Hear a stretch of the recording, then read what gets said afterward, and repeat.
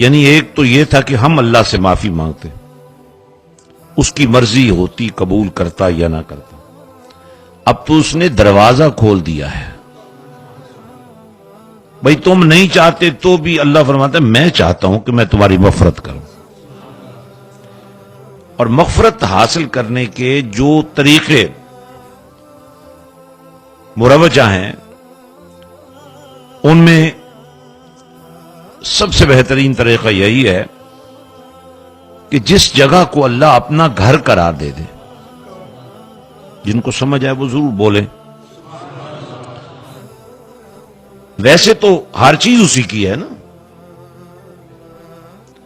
لیکن جس جگہ کی نسبت اللہ کے ساتھ ہو جائے، اینٹیں وہی لگتی ہیں، لوہا وہی لگتا ہے، کارپٹ وہی بچھتا ہے، لیکن نام اس کا اللہ کا گھر ہو جاتا ہے. اور ہر لگنے والی اینٹ پر جنت میں محلات کا ایک نیٹ ورک عطا کر دیا. ہم جس دور سے گزر رہے ہیں یہ ہے نفسانیت کا دور، نفسا نفسی ہے. بھائی بھائی کے درمیان محبت نہیں رہی، باپ اور بیٹا ایک دوسرے سے منہ موڑے ہوئے ہیں، میاں اور بیوی تو بالکل ایک دوسرے سے ناواقف ہو گئے ہیں. ان حالات میں اللہ نے آپ کے جذبوں کو قبول فرمایا ہے. میں بہت مبارکباد دیتا ہوں. آپ کے علاقے میں بنے یا چاہے مسجد یو کے کسی بھی شہر میں بنے یا دنیا کے کسی بھی کونے میں بنے، اس کا تعلق اسی نعرہ مستانہ سے ہے جو اس حال میں بلال نے لگایا کہ منہ پیارے مصطفیٰ کی طرف. اور آپ کو پتہ ہے 14 اگست یوم پاکستان ہے، اور یہ پاکستان کیا ہے؟ پاکیزگی اور طہارت کا ایک سفر ہے جو اس وقت شروع ہوا. یہ تحریک اس وقت شروع ہوئی جب اس دھرتی پر مدینے والے کے قدم لگے. ایک گھر آپ بناتے ہیں جس کا نام مسجد پڑتا ہے، پھر وہ اللہ کا گھر کہلاتا ہے. لیکن مدینے کے تاجدار فرماتے ہیں کہ جب لوگوں میں اس دھرتی پر قدم رکھتا ہوں میری ولادت ہوتی ہے نا. یہ جو لوگوں کو میلاد کی سمجھ نہیں آتی، the people don't understand what is basically میلاد. میلاد is not just جلسہ، میلاد is not just gathering، میلاد is not just نعت خوانی، میلاد is not just لنگر، میلاد لنگر. میلاد is basically journey of purification. کملی والے آقا فرماتے ہیں میرے قدم زمین پر پڑتے ہیں تو میرے قدموں کی برکت سے، اور اس سے پہلے بھی نبی آتے رہے ہیں، رسول آتے رہے ہیں، ان کے قدموں کی برکتیں بھی آج تک موجود ہیں. یہ زمزم جو پیتے ہو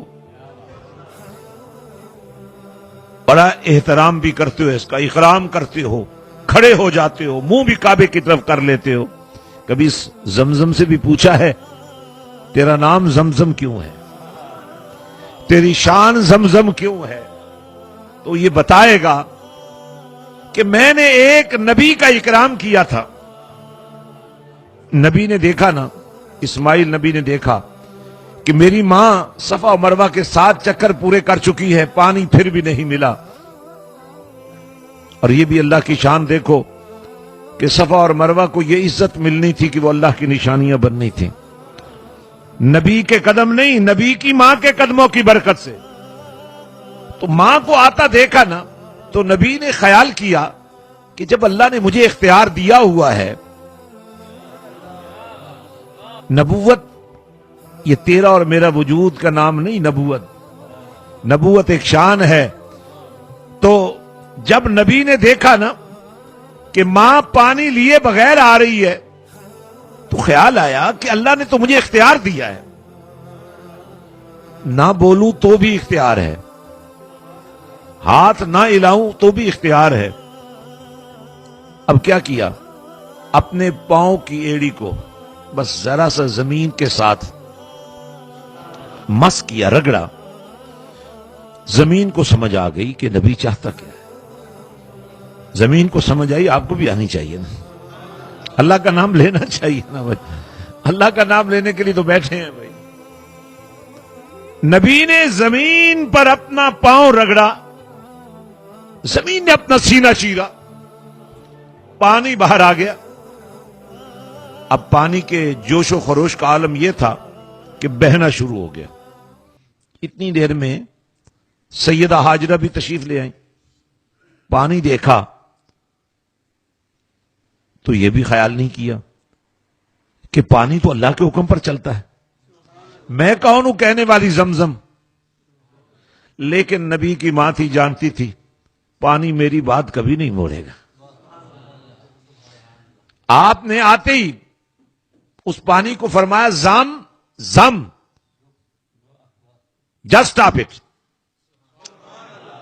اسٹاپ اٹ. یہ زمزم کا مطلب میں تو سمجھاؤں.